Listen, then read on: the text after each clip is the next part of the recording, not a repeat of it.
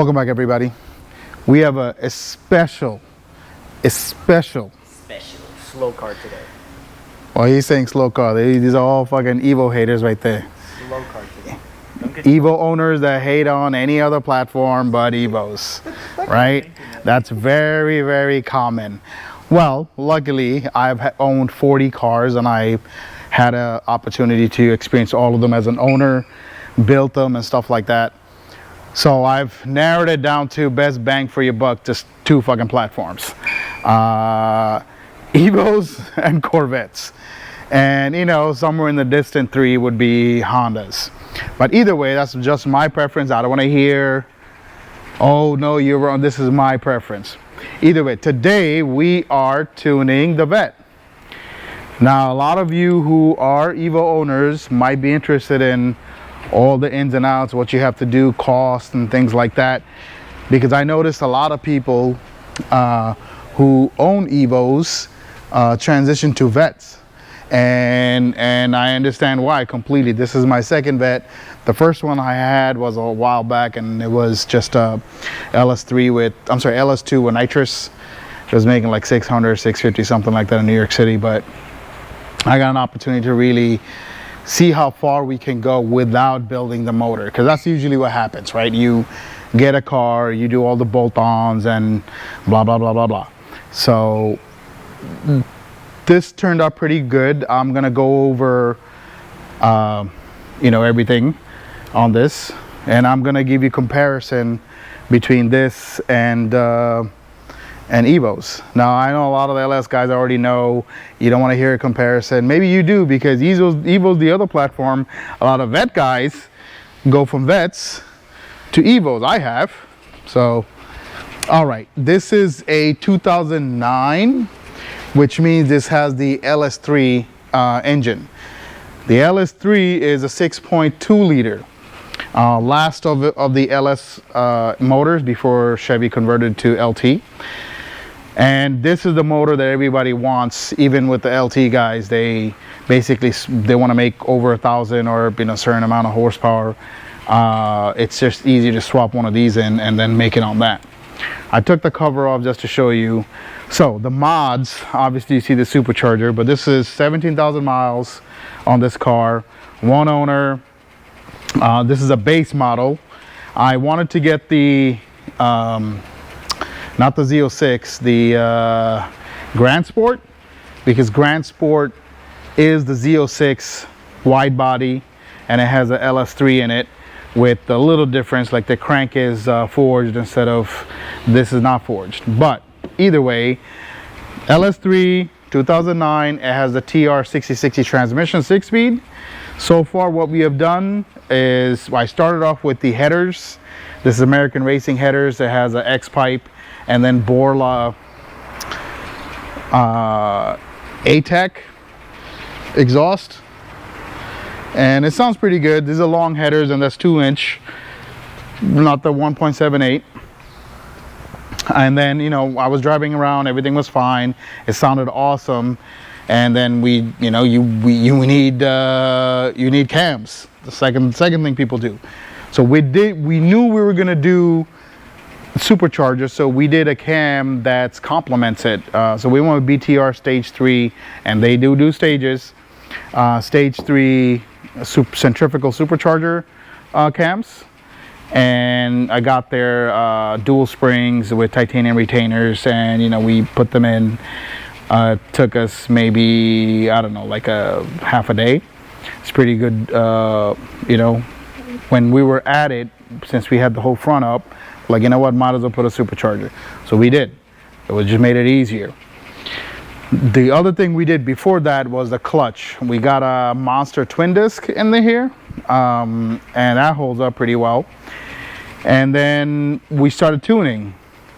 Now, on 93 we were fine. We hit like 650, and we started running out of fuel with a single walbro 450 in the tank.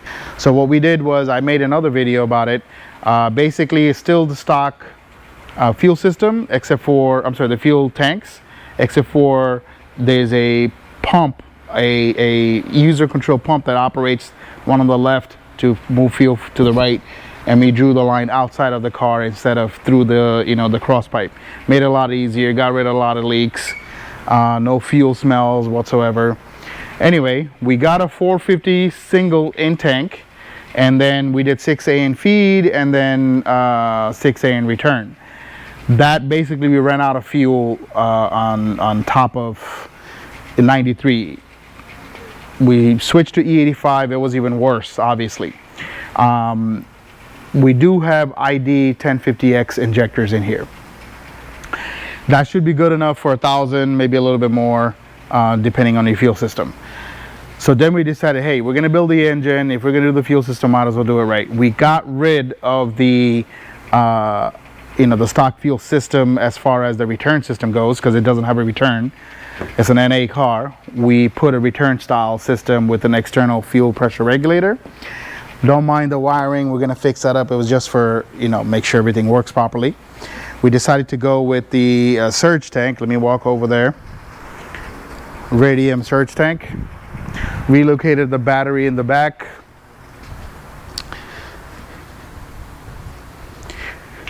We got a dual pump surge tank that has a hob switch to it, and basically it turns on after like 6-7 psi, and it seems to be working great. I'm not running out of fuel. Matter of fact, it's kind of rich when I was tuning, but this turns out pretty good. It's very reliable.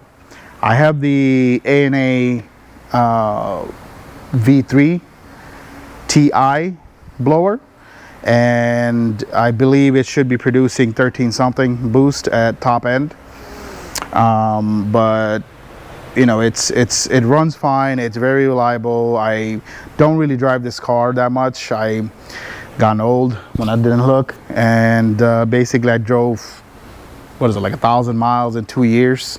But today we're going to be doing the flex fuel tune, but the E85 version of it, but portion of it. I already tuned 93. I'm not really trying to make power in 93, but yeah, that's basically it. If any one of you is interested in anything like this, just reach out to us.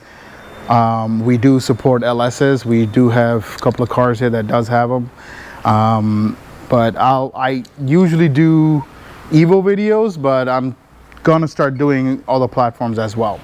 But let's see what it does.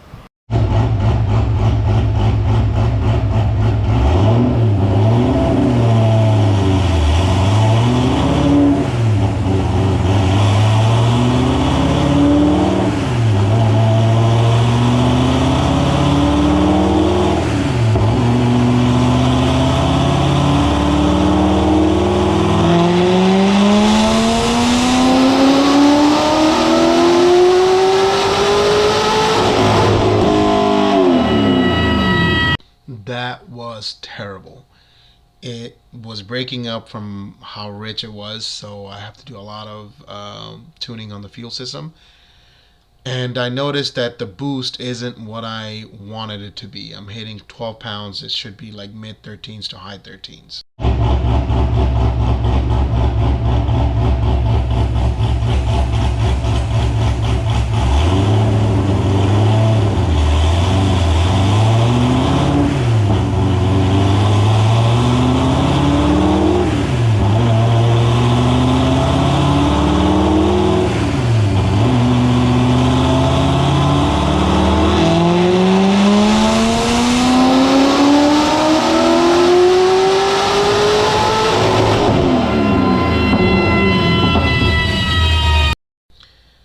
Again, too rich.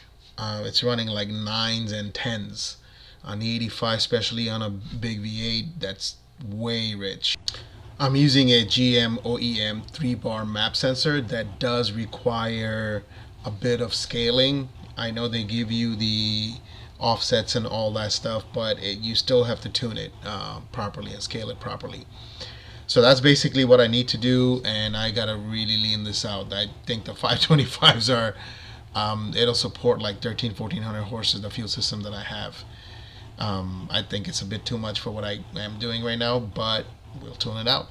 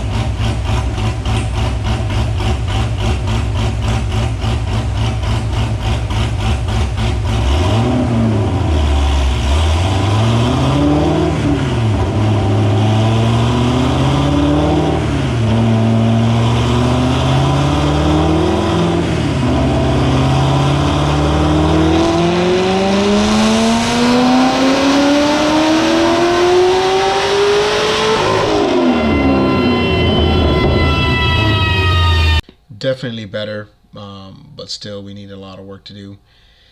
I am breaking up. I'm not running really running that much timing, and I think this is the limit of the belt system that I have. I'm just using whatever they supplied. I think we do need to upgrade to a grippier pulley and belt system.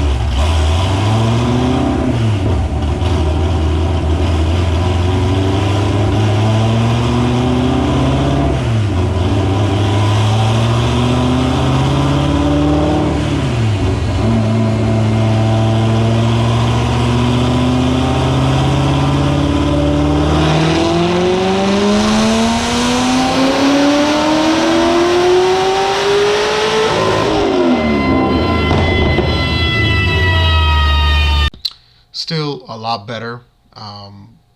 Still running a little bit of rich, low 11s, and this car really likes in the higher 11s on the 85. So I'm going to start adding timing and taking away fuel as we go on.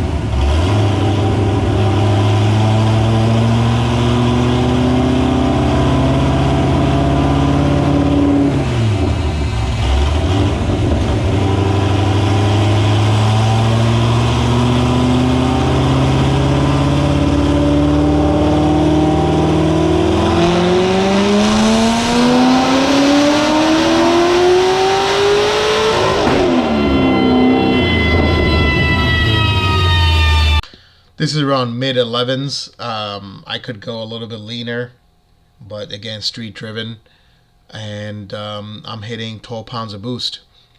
I was hitting 13.5 when I first got the car before the fuel system change, and I feel like something needs to be done with the belt, and I will be hitting 13, maybe 13 plus.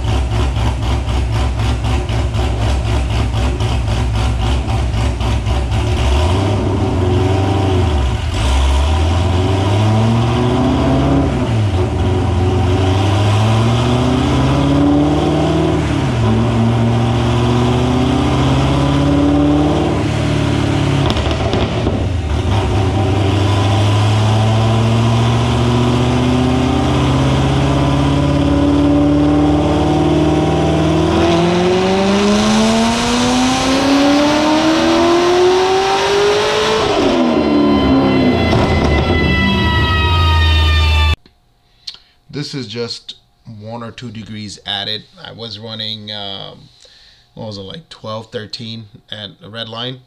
Boost is holding. I get, again, 12 by red line. It's going to keep giving me the same curve, and that's the best part about superchargers. It's very, very predictable.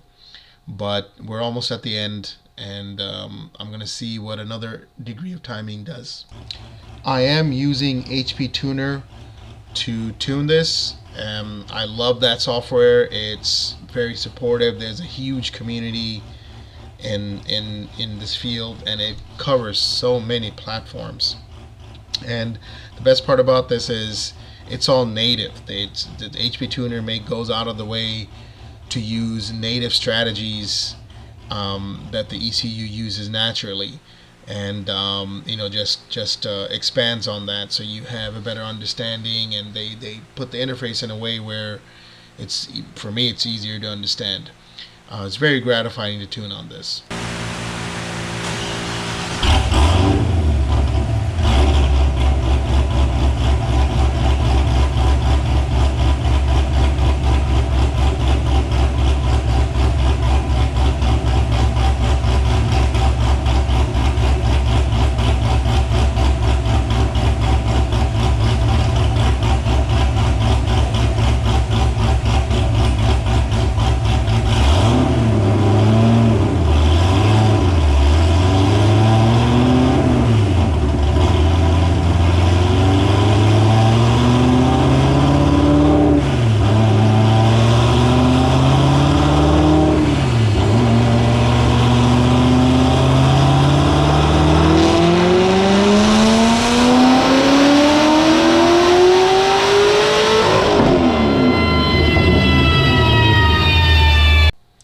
It looks like we're getting into the efficiency of the timing versus boost and RPM of this car.